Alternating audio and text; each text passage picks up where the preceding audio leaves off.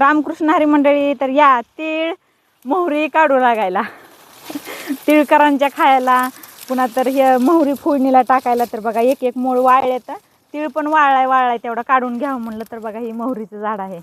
आपलं जास्त मोहरी नसती बरं का इकडं, पण भुईमुगात, ज्वारीत, हरभऱ्यात ही टाकलेली आहे का आपल्याला भरपूर मोहरी होती.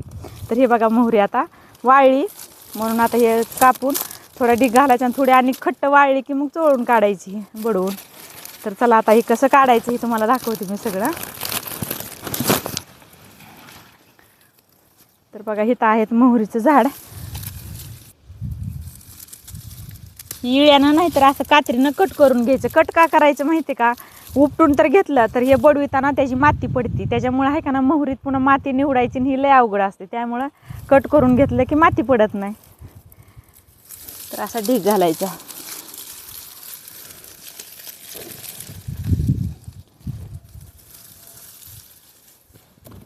तीळ पण वाळलाय, तेवढा तीळ वाळल्याला घ्यावं म्हणलं, कारण भुईमुगाला पाणी दिलंय.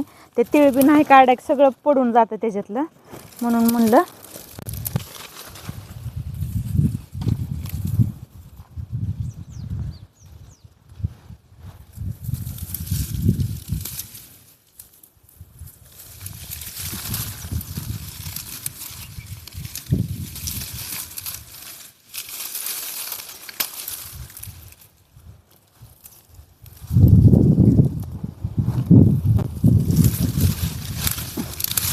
ह्या लोणच्या खाऱ्यामध्ये आहे का ना टाकायला एक नंबर हे ताजी मोहरी पाहिजे बरं का.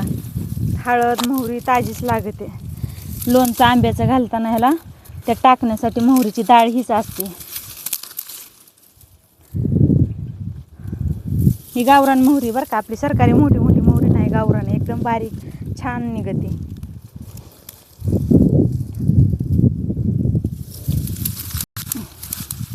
चला काढून.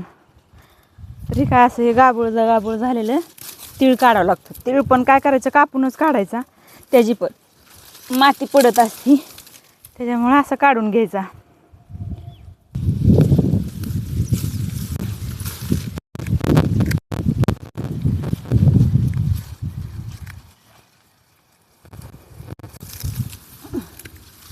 तर ह्याच्यामध्ये डाळ पण लावले तर बरं का आपण हरभरं, तर डाळ पण खायासारखं आले तर मस्त छान हरभरं, कारण चिखल आहे जास्त, त्यामुळे हे तिळच घ्यायचं आपल्याला काढून.